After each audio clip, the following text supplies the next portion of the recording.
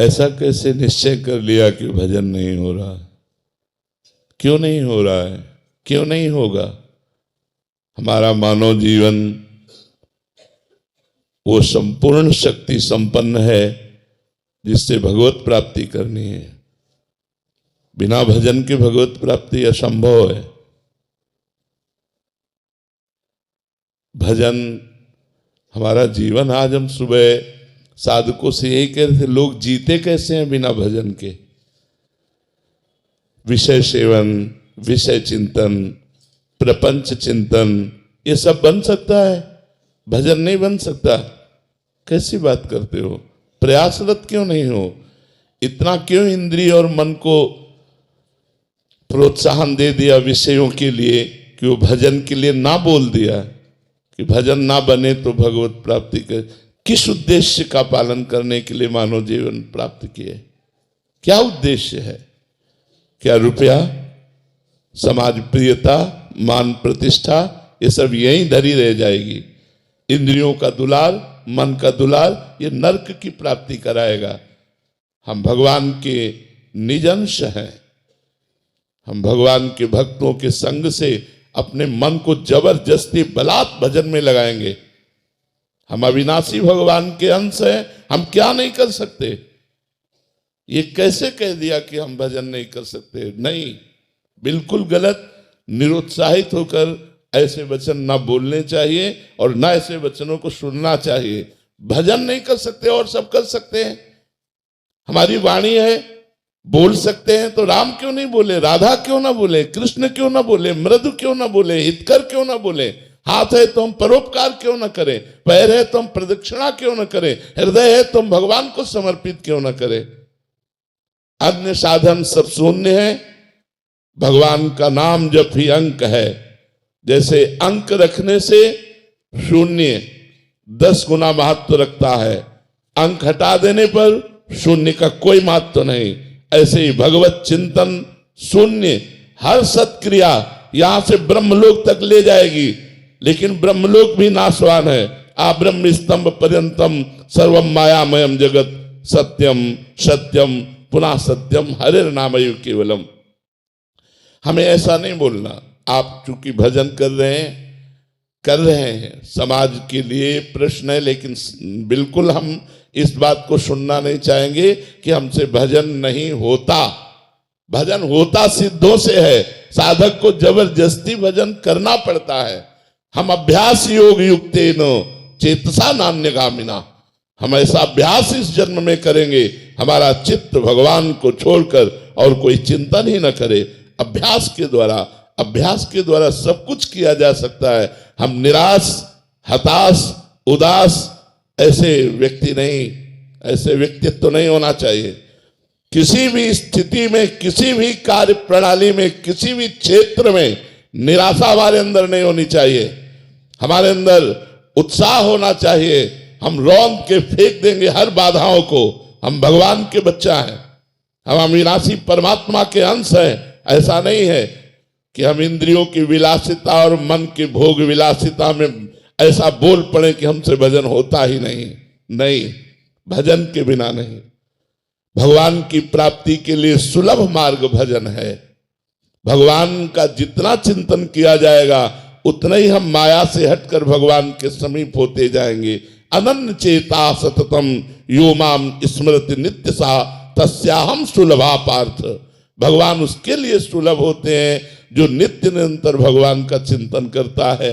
अपने चित्त को भगवान के चरणों में लगाने में परेशानी क्या है? जब युद्ध जैसा कार्य भगवान का चिंतन करते हो सकता है, तो कौन सा ऐसा कार्य है जो भगवान का चिंतन करते ना हो? हम मुख में भगवान का नाम स्मरण कर रहे हैं मधुर मधुर, और शरीर से हम चेष्टाएं कर रहे हैं, कर्म कर रहे हैं, और वो कर्म भगवान को अर्पित कर रहे हैं। हम नित्य प्रतिक्षण भगवान के नजदीक पहुंच रहे हैं। भगवान का विस्मरण करके केवल धन संपत्ति और भोगों की चाह में भटकना, ये तो दिव्य मनुष्य जीवन को व्यर्थ नष्ट कर देना है। इसलिए सबसे प्रार्थना है, ये शब्द तो आना ही नहीं चाहिए कि भजन के बिना हमारा जीवन किसी कार्य का नहीं है, हम भजन नहीं कर सकते, ये शब्द नहीं आना चाहिए कि भजन नहीं कर सकते। भजन के बिना जीवन किसी कार्य का नहीं। जब आप सुअर कुत्ता बनोगे तब भजन करोगे, जब आप पशु पक्षी बनोगे तब भजन करोगे। अरे दुर्लभो मानुषो देहो, इतना दुर्लभ मनुष्य शरीर मिला, यदि इस मनुष्य शरीर में अपने प्रभु से प्रेम न कर पाए, प्रभु को रिझा न पाए, तो और क्या है। और प्रभु के प्रेम की प्राप्ति, प्रेम मूल यह नाम है, भगवान का नाम ही प्रेम मूल है। ब्रह्म राम ते नाम बड़ वरदायक वरदान, भगवान से भी बढ़कर भगवान का नाम है।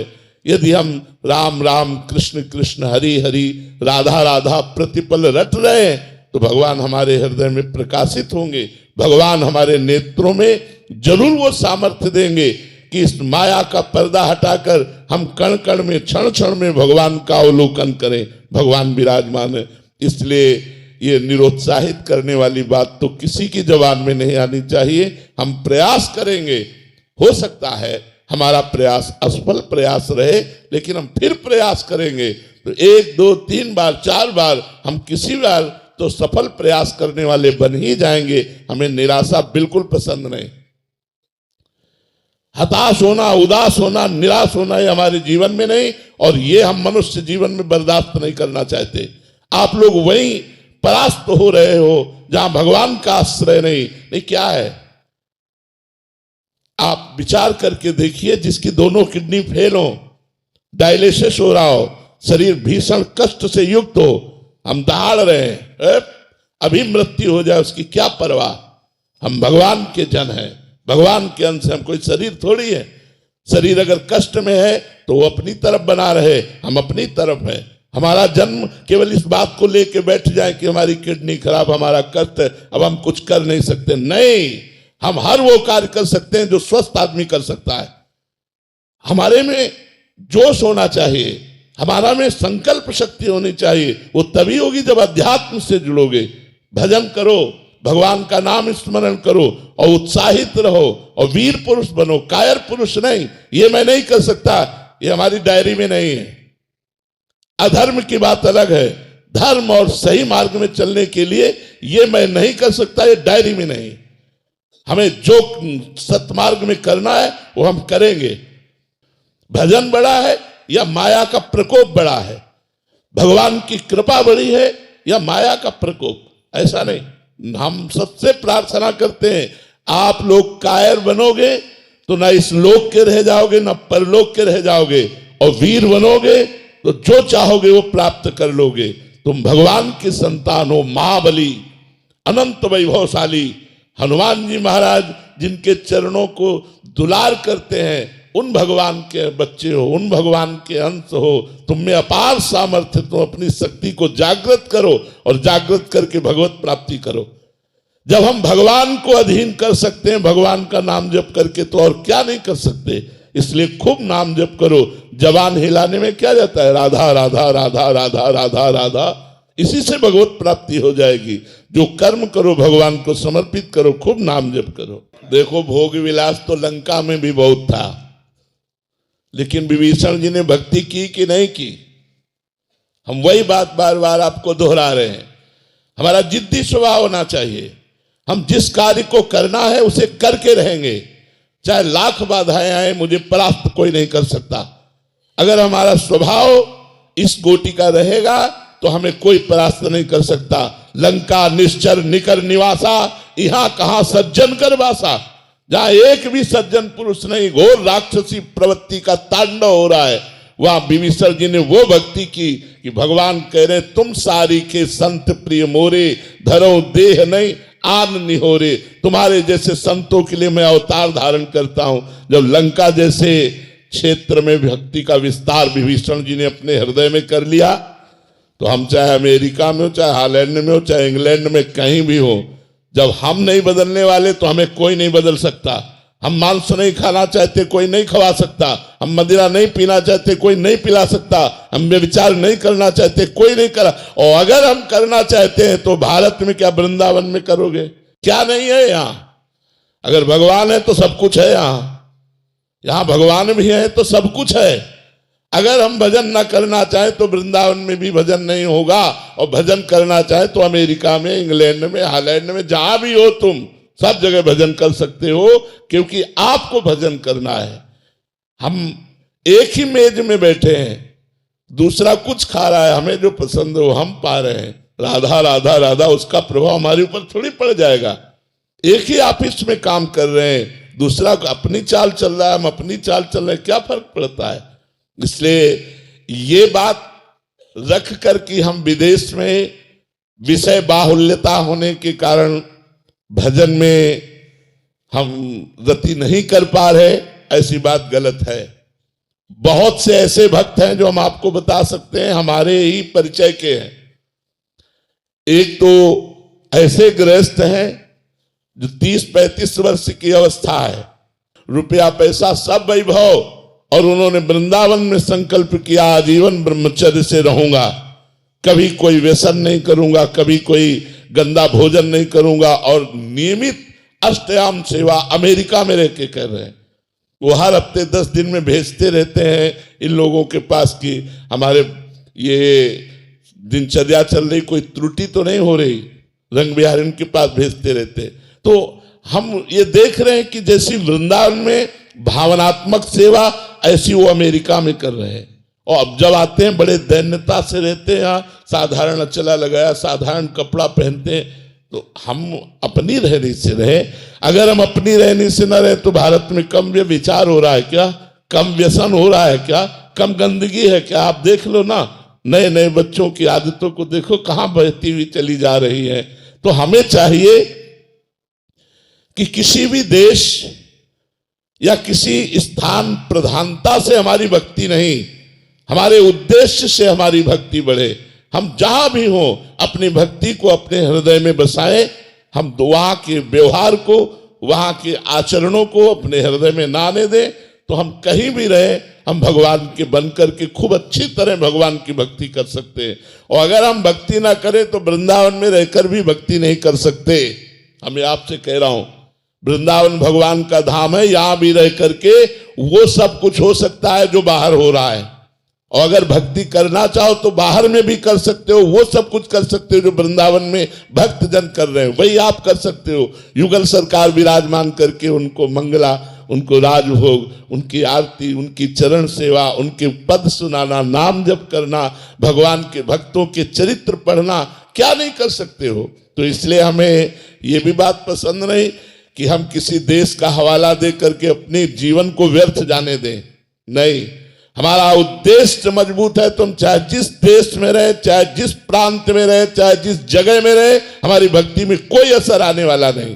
अगर हमारा उद्देश्य सही नहीं है तो भक्ति क्षेत्र जहां भक्ति नृत्य कर रही, वृंदावन में भी भक्ति नहीं कर सकते। उद्देश्य ठीक होना चाहिए हमारा।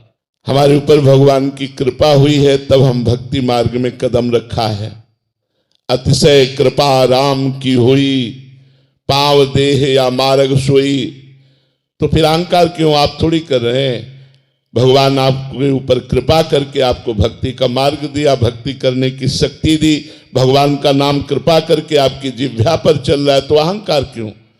अविवेक के कारण अहंकार बढ़ता नहीं, तो विवेक धारण करो तो अहंकार किस बात का। हम क्या कर सकते हैं, हमें जो पावर है वो भगवान का दिया हुआ है, तो हम व्यर्थ में अहंकार क्यों करें। हमें जो सत्मार्ग मिला है भगवान का दिया हुआ है, हम जो भक्ति कर रहे हैं भगवान के द्वारा दी हुई कर रहे हैं, हमारे ऊपर भगवान की असीम कृपा है, ये सोचना चाहिए। अहंकार करने की जरूरत क्या है। अहंकार से तो पतन हो जाएगा। अहंकार भगवान को पसंद नहीं। अहंकार अज्ञान के कारण हो रहा है, उसको हटाइए।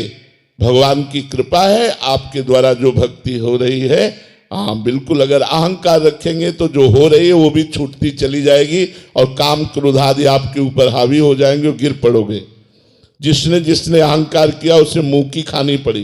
अहंकार का त्याग करो, अहंकार ठीक नहीं है। जीवन का उद्देश्य भगवत प्राप्ति, और भगवत प्राप्ति का जब लक्ष्य बना लोगे तो अपने आप चलने लगोगे। लक्ष्य में बड़ी भारी ताकत होती है।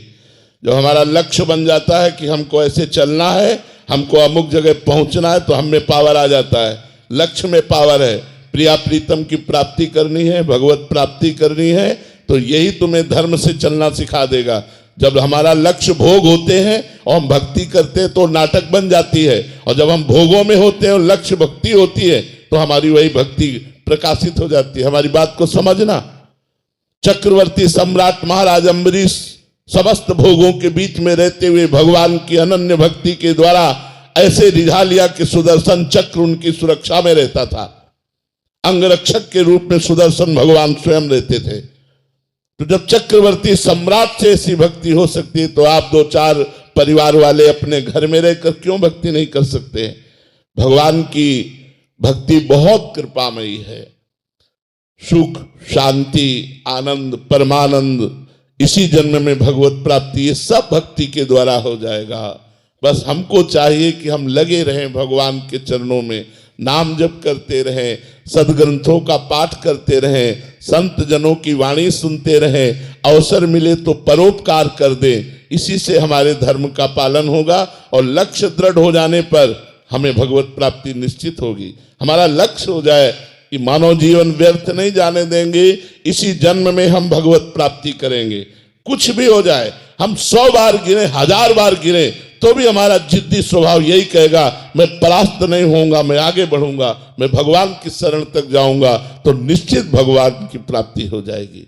इसमें बिल्कुल निराशा नहीं आनी चाहिए।